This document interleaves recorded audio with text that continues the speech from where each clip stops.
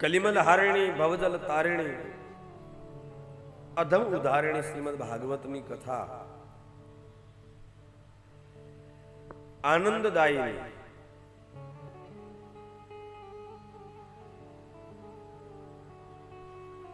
આજે આપણે ભગવત કૃપાથી, પરમાત્માની કૃપાથી શ્રવણ કરી રહ્યા છીએ. જે ભગવત કથાનો દિવ્ય મહિમા છે.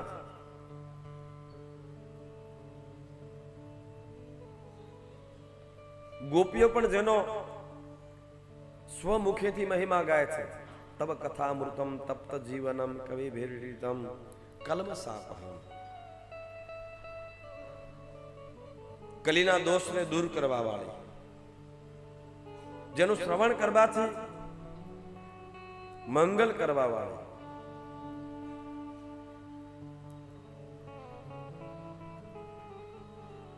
એટલે શ્રીમદ ભાગવતની કથાને અમૃત કહ્યું છે. તબ કથામૃતમ.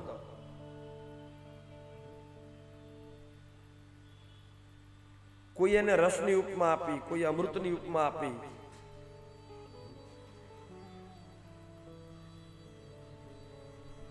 જેવો જેનો ભાવ એવો આ શાસ્ત્રમાંથી પ્રાપ્ત કરી શકે છે.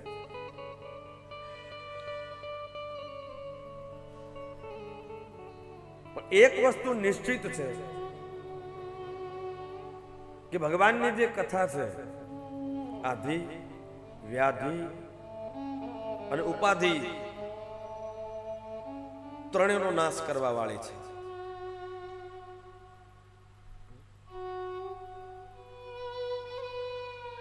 આપણે પણ અનુભવ કરી શકીએ જ્યાં સુધી આપણી વૃત્તિ કથામાં છે, આપણું મન કથામાં છે,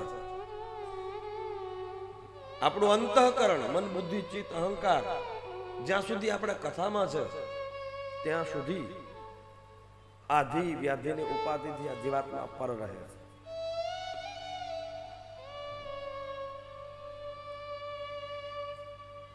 તાપત્રય વિનાશાય, ત્રણ તાપોનો નાશ થાય છે. અને જો કથાનો મહિમા કેટલો છે.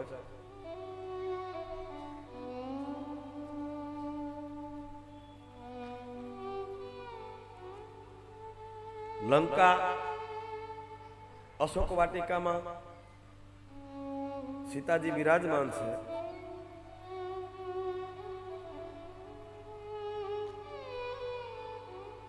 આજુબાજુ રાવણના રાક્ષસો, રાક્ષસીઓ છે. અને જ્યારે હનુમાનજી લંકામાં જાય છે ત્યારે જે વૃક્ષની નીચે, અશોક વૃક્ષની નીચે સીતાજી બિરાજમાન છે, અશોક વૃક્ષની ઉપર હનુમાનજી બિરાજિત છે.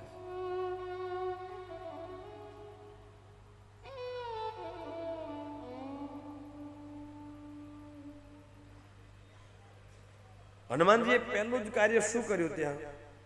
રામચંદ્ર ગુણ બરને રામચંદ્ર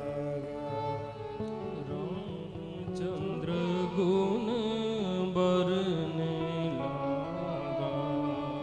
સુનત હે સીતા કર દુઃખ ભાગા. સુનત હે સીતા કર દુઃખ ભાગા. હનુમાનજીએ રામના ગુણગાન શરૂ કર્યા. રામચંદ્ર ગુણ બરને લાગા. રામચંદ્ર ગુણ બરને લાગા. સુનત હી સીતા કર દુઃખ ભાગા. જ્યાં ભગવાનના ગુણાનુવાદ સાંભળ્યા, જોજો તમે. લાગી સુને શ્રવણ મન લાઈ, આદિ હુતે સબ કથા સુનાઈ. અને જ્યાં ભગવાનના ગુણોની વાત શરૂ થયા એક ચિત્તથી સીતાજી સાંભળે છે અને જેવા ભગવાનના ગુણાનુવાદ કાનમાં પડ્યા સુનત હિ સીતા કર દુઃખ ભાગા ભગવાનના ગુણાનુવાદ સાંભળ્યા. જોજો તમે હજુ સીતાજીને એ ખબર નથી કે ઉપર બેઠેલો ગુણ ગાવા વાળો કોણ છે, કોણ ગાય છે એની ખબર નથી.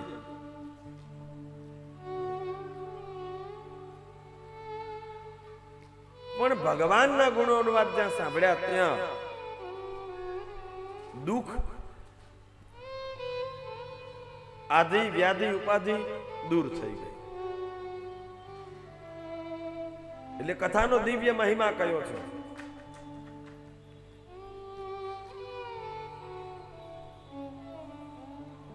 ઋષિઓ કહે છે, સંતો કહે છે,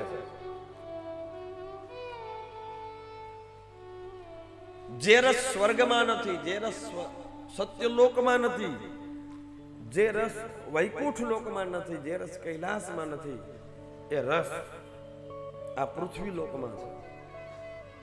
કથારૂપી રસ ક્યાં છે? પૃથ્વી લોકમાં છે.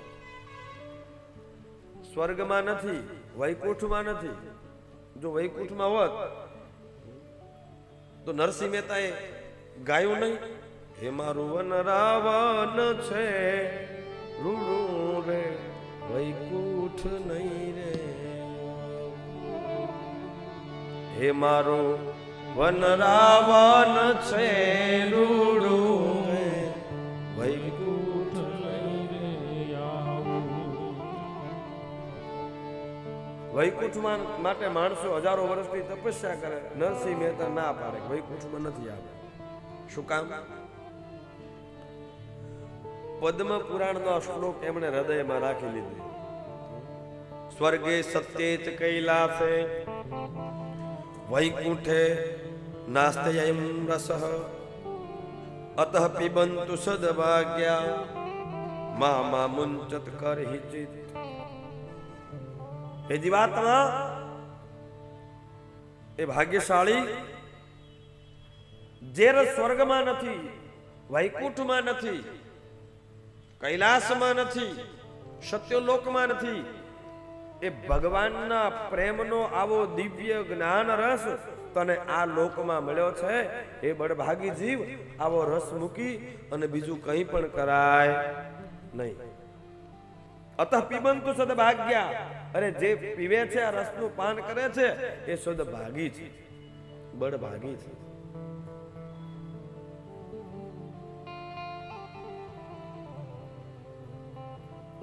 શ્રીમદ ભાગવત નો આ દિવ્ય રસ કલીના દોષને દૂર કરવા વાળો, ભક્તિ મુક્તિ આપવા વાળો છે. અને કથાના માધ્યમથી ગત વર્ષ ઈ જ ભગવાન પ્રગટ્યાની સાબિતી, બસ ઈ જ ભગવાન પ્રગટ્યાની સાબિતી નાનાથી કરીને મોટાના પ્રત્યેકના હૃદયમાં જ્યારે આનંદની અનુભૂતિ થાય ત્યારે સમજવાનું એ પરમાત્માનું પ્રાગટ્ય છે.